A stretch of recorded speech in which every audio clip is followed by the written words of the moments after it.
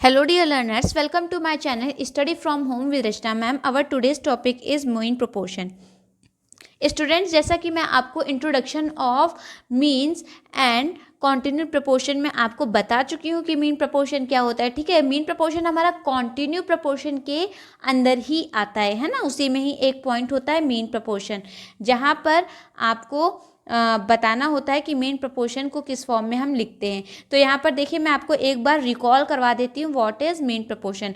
What is mean proportion? If x y z are in continue proportion, अगर हमारे पास x y z continue proportion में हो, then y equal to x into z is called the mean proportion. आपको मैंने बताया था ना कि कॉन्टिन्यू प्रपोर्शन क्या होते हैं.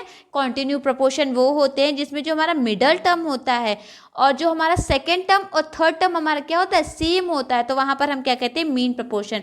यानी कि आपको पता है प्रपोर्शन में कितने होते हैं, 4 टर्म होते हैं ना. लेकिन इन्होंने यहाँ पर मीन प्रपोर्शन का है और यहाँ कॉन्टिन्यू प्रपोर्शन है. तो हम समझ गए कि कॉन्टिन्यू अगर प्रपोर्शन है तो जो हमारा मिडल टर्म होगा, यानी कि सेकेंड टर्म जो हमारा होता है और जो हमारा थर्ड टर्म होता है वो क्या होता है, सेम होता है. यानी यहाँ y हमारा जो सेकेंड टर्म भी होगा और y हमारा थर्ड टर्म भी होगा. ठीक है, और उसे जब हम क्रॉस मल्टीप्लाई करेंगे तो हमारा आ जाएगा Y square equal to x into Z. First term और लास्ट टर्म को मल्टीप्लाई करते हैं, एक्स इंटू जेड. ठीक है, तो इस फॉर्म को हम क्या कहते हैं, मीन प्रपोर्शन कहते हैं. ठीक है, यानी आपसे कोई भी पूछे कि मीन प्रपोर्शन किसे कहते हैं तो आपको ये फॉर्म बता देना है कि y equal to X Z.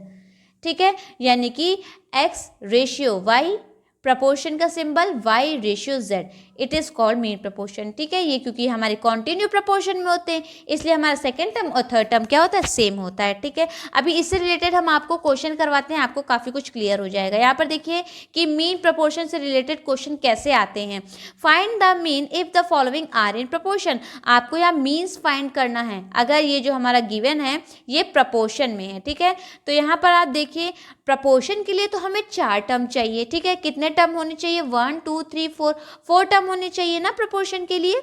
लेकिन यहाँ तो सिर्फ कितने टर्म है, 2 टर्म है. यहाँ कितने टर्म है, 2 टर्म है. लेकिन फिर हम लोग ने ये सोचा कि अच्छा यहाँ पे ये क्या कह रहा है कि मीन प्रपोर्शन फाइंड करना है. तो मीन प्रपोर्शन तो तभी हो सकता है जब हमारा प्रपोर्शन कैसा हो जाए, कॉन्टिन्यू हो जाए. हमारा प्रपोर्शन कैसा हो, कॉन्टिन्यू हो, तभी तो वो हमारा मीन हो सकता है ना. तो अगर कॉन्टिन्यू हो तभी मीन हो सकता है. फिर हमने सोचा कि कॉन्टिन्यू प्रपोर्शन किसे कहते हैं. अच्छा, कॉन्टिन्यू प्रपोर्शन उसे कहते हैं जिसमें हमारा जो सेकेंड टर्म है और जो थर्ड टर्म है बोथ आर सेम. जिसमें सेकेंड टर्म और थर्ड टर्म हमारे दोनों ही क्या होते हैं, सेम होते हैं, वो हमारे क्या होते हैं, कॉन्टिन्यू प्रपोर्शन होते हैं. ठीक है, तो सबसे पहले तो हमें ये करना है कि Y square equal to X Z, ये हमारा फॉर्मूला होता है कॉन्टिन्यू प्रपोर्शन, मीन प्रपोर्शन का. लेकिन अभी हमें ये पता ही नहीं कि हमारा मिडल टर्म क्या है ना. तो यहाँ हम मान लेते हैं कि let the mean proportion be X. ठीक है, मीन प्रपोर्शन हम क्या मान लेते हैं कि हमारा एक्स है. तो चलिए मान लेते हैं let the mean proportion be, क्योंकि हमारा मीन प्रपोर्शन गिवन नहीं है और हमसे पूछा भी हुआ है. तो जब हमें कोई चीज़ गिवन नहीं होती है तो हम उसे मान लेते हैं, लेट कर लेते हैं. ठीक है, let the mean proportion be X. तो यहाँ पे हमने मान लिया है कि हमारा मीन प्रपोर्शन कितना है, एक्स है. और जैसे ही हमने माना कि हमारा मीन प्रपोर्शन एक्स है तो ये जैसे कि अभी मैंने आपको बताया Y square equal to X Z ना, तो सेम वैसे ही यहाँ पर क्या हो जाएगा, X square equal to first term and last term यानी 5 इंटू 125. ये आप समझ गए ना कि कैसे होगा, क्योंकि ये हमारा कॉन्टिन्यू प्रपोर्शन. चलिए मैं एक स्टेप आपको और दिखा देती हूँ. क्योंकि देखिए हमारे मीन प्रपोर्शन में क्या मान लिया, एक्स मान लिया. तो इसे हम कैसे लिख सकते हैं, 5 रेशियो एक्स, फिर यहाँ क्या लगेगा, प्रपोर्शन का सिंबल, फिर यहाँ पर हम क्या लिखेंगे, एक्स रेशियो 125. ऐसे लिख सकते हैं ना. क्यों लिख सकते हैं, क्योंकि हमने यहाँ पर मेन प्रपोर्शन क्या मान लिया है, एक्स मान लिया है. तो एक्स हमारा ही सेकेंड टर्म भी होगा, वही हमारा क्या होगा, थर्ड टर्म भी होगा. तो 5 ratio x proportion x ratio 25. और इसे जब हम किस में लिखेंगे, अपॉन में लिखेंगे, तो क्रॉस प्रोडक्ट करने पर कितना आ जाएगा, X square equal to first term into last term यानी 5 इंटू 125, 5 इंटू 125. ठीक है, तो एक्स स्क्वायर हमारा कितना हो गया, 5 इंटू 125. अब इसे आप मल्टीप्लाई कर लीजिए, कितना आएगा, X square equal to 5 into 25 करिए, 5 5 ज़ा 25, कैरी 2, 5 2 ज़ा 10, 11 और 12 का 2 कैरी 1, 5 1 ज़ा 5 और एक 6, ठीक है, यानी हमारा आ गया 625। और अभी जैसा कि मैंने आपको लास्ट वीडियो में ही बताया था कि स्क्वायर को हम कैसे सॉल्व करते हैं, है ना। तो यहाँ पर देखिए ये हमारा एक्स स्क्वायर है, अभी ये हमारा है 625। हमें 625 को भी क्या बनाना है, किसी भी नंबर का स्क्वायर बनाना है। क्यों बनाना है, ताकि ये स्क्वायर और वो स्क्वायर हमारा कैंसिल हो जाए, ठीक है। तो अब आप सोचिए कि किस नंबर को उसी नंबर से हम मल्टीप्लाई कर दें तो 625 आ जाए। जैसे मैंने लास्ट वीडियो में आपको क्वेश्चन में बताया था 10 × 10 करते हैं तो कितना आता है, 100 आता है ना। तो वैसे ही किस नंबर को अपने ही नंबर उसी नंबर से मल्टीप्लाई कर दिया जाए तो 625 आ जाएगा। तो ये होता है नंबर 25, यानी 25 × 25 अगर हम करते हैं तो वो हमारा कितना होता है 625। तो यानी 625 को हम क्या लिख सकते हैं, 25 × 25, ठीक है। क्या लिख सकते हैं, 25 × 25 लिख सकते हैं। तो 25 × 25 लिख सकते हैं। तो यहाँ हमारा एक्स स्क्वायर जो हमारा है वो किसका स्क्वायर बन गया, 25 का स्क्वायर बन गया। और ये स्क्वायर हमारे क्या हो जाएंगे, कैंसल आउट हो जाएंगे। और यहाँ हमने x की वैल्यू कितनी फाइंड कर ली, 25 फाइंड कर ली, ठीक है। आप यहाँ देख पा रहे हैं ना, बहुत ही ईजिली हमने यहाँ x की वैल्यू कितनी फाइंड कर ली है, 25 फाइंड कर ली है। और यहाँ पर हमसे पूछा भी गया था कि मीन प्रपोर्शन हमारा क्या है, और हमने यहाँ पर मीन प्रपोर्शन x लेट किया था। तो यानी हमारा मीन प्रपोर्शन क्या हो गया, 25 हो गया।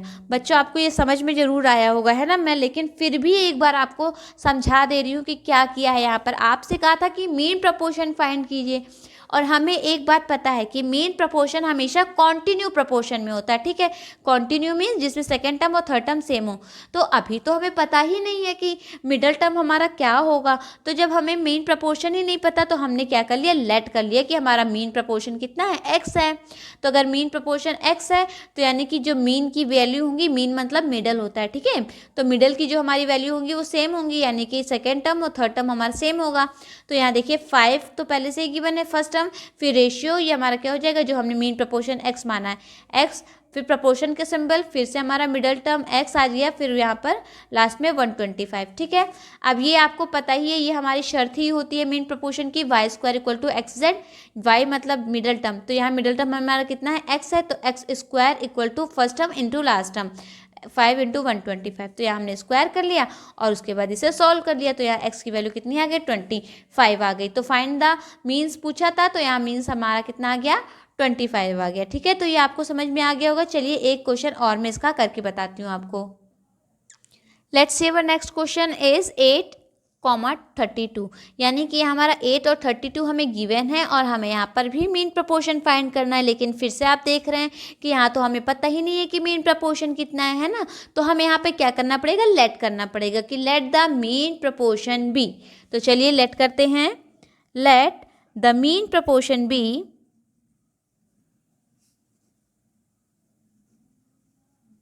मीन प्रपोर्शन में क्या करना पड़ेगा, लेट करना पड़ेगा। Let the mean proportion be X, X हमने लेट कर लिया। तो जैसे ही हमने लेट किया तो हम ये समझ गए कि हमारा पहला टर्म तो 8 ही है, सेकंड टर्म हमारा क्योंकि मीन है ना तो एक्स आ जाएगा, और जो हमारा सेकंड टर्म है वही हमारा क्या होगा, थर्ड टर्म भी होगा, यानी एक्स। और लास्ट में हमारा कितना दिया हुआ है, 32 दिया हुआ है, ठीक है। फिर जब हम इसे फ्रैक्शन में चेंज करके क्रॉस प्रोडक्ट करेंगे तो आपको पता है, मैंने बताया था कि मिडल टर्म का स्क्वायर यानी x² = first into last term, यानी 8 × 32 हो जाएगा। तो यह आ जाएगा x² इसको इससे मल्टीप्लाई कीजिए, 8 2 ज़ा 16 का 6 कैरी 1, 8 3 ज़ा 24 और एक 8 3 ज़ा 24, 25 हो जाएगा। तो यह आ जाएगा 256, ठीक है। तो x² अब यहाँ 200 जो हमारा 56 है, फिर से हमें सोचना पड़ेगा कि किस नंबर को हम उसी नंबर से मल्टीप्लाई करें कि ये हमारा 256 आ जाए, ठीक है। तो यहाँ पर आपको स्क्वायर अच्छे से पता होने चाहिए, ठीक है बच्चों। आप लोग को सारे नंबर्स के स्क्वायर पता होने चाहिए, कम से कम 20 तक के स्क्वायर तो आपको याद ही होने चाहिए। और जैसा कि मैंने एक वीडियो भी बना रखा है स्क्वायर क्यूब रूट पर, ठीक है, और स्क्वायर पर भी सेपरेट वीडियो बना रखा है, वहाँ पे मैंने आपको हर नंबर के स्क्वायर फाइंड करना बताया है, उसकी प्रॉपर्टीज़ भी इवन बताई हैं। तो अगर आप देखना चाहें तो आप वीडियो में मेरे चैनल पर जाके प्लेलिस्ट में जाकर आप वहाँ पर स्क्वायर का देख सकते हैं, ठीक है। तो स्क्वायर से आपको वहाँ अच्छे से आप समझ पाएंगे कि हम किसी चीज़ का स्क्वायर कैसे निकालते हैं। तो फिलहाल यहाँ पर देखिए 256 है और ये किसका स्क्वायर है, ये हमारा 16 का स्क्वायर होता है, यानी कि हम इसे कह सकते हैं 16 इंटू 16, या फिर ये कह सकते हैं कि एक्स स्क्वायर इक्वल टू 16 का होल स्क्वायर। ठीक है, अब यहाँ पर एक्स स्क्वायर और स्क्वायर क्या हो जाएंगे, कैंसिल आउट हो जाएंगे, और स्क्वायर स्क्वायर अगर कैंसिल आउट हो जाएंगे तो हमारा एक्स की वैल्यू कितना आ गया, 16 आ गया। यानी जो हमसे मीन प्रपोर्शन पूछा था वो हमारा कितना आ गया है, 16 आ गया है। देखिए यहाँ हमने माना था ना let the mean proportion be X, तो यानी हमारा मीन प्रपोर्शन कितना हो गया, एक्स हो गया, और यही हमारा क्या आ गया, आंसर आ गया। ठीक है, तो बच्चों ये आपको वीडियो जरूर पसंद आई होगी, और वीडियो अगर आपको पसंद आई हो तो लाइक करना ना भूलिए, शेयर कीजिए ज़्यादा से ज़्यादा जितना आप कर सकते हैं इसे। आप फेसबुक, इंस्टाग्राम, ट्विटर पर अगर मुझसे जुड़ना चाहते हैं तो डिस्क्रिप्शन बॉक्स में मैंने आपको इसका लिंक सेंड कर दिया है, अगर आप उस पर क्लिक करेंगे, मेरे पेज को लाइक करेंगे तो आप वहाँ से मुझसे जुड़ सकते हैं। Okay, thank you.